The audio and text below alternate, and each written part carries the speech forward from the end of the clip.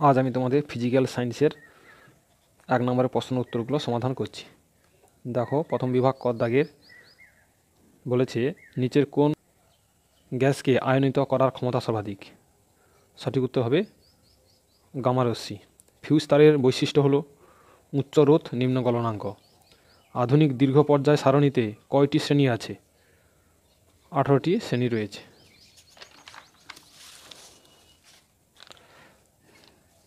নিচের কোন যৌগটির সম্পূর্ণ অণু হিসাবে পৃথক অস্তিত্ব নেই? সঠিক উত্তর হবে NaCl। নিচের কোন অ্যাসিডটি মৃদু তড়িৎ বিশ্লেষ্য? CH3COOH।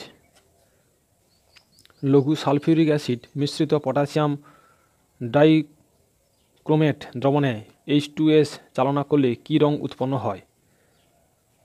বেগুনি রং উৎপন্ন হয়। নিচের কোন আকরিকটি অ্যালুমিনিয়ামের আকরিক? বক্সাইট।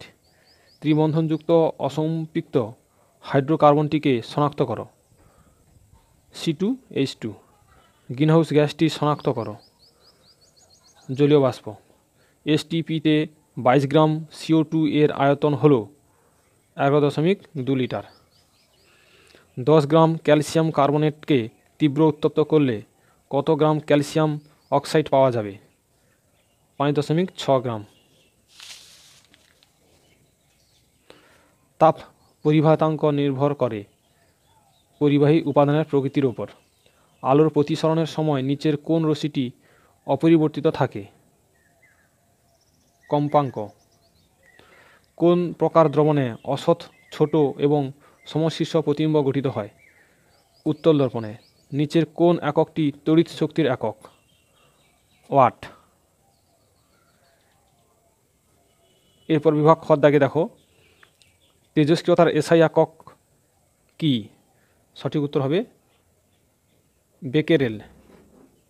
বেকেরেল, যার সংকেত BQ। এরপর বলেছে বাম স্তম্ভ এবং ডান স্তম্ভের মধ্যে কি হবে? প্রথম বলেছে জার্মান সিলভারে উপস্থিত ধাতু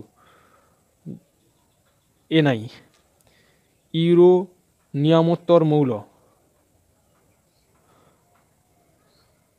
Pu। ক্যালামাইন থেকে নিষ্কাশিত ধাতু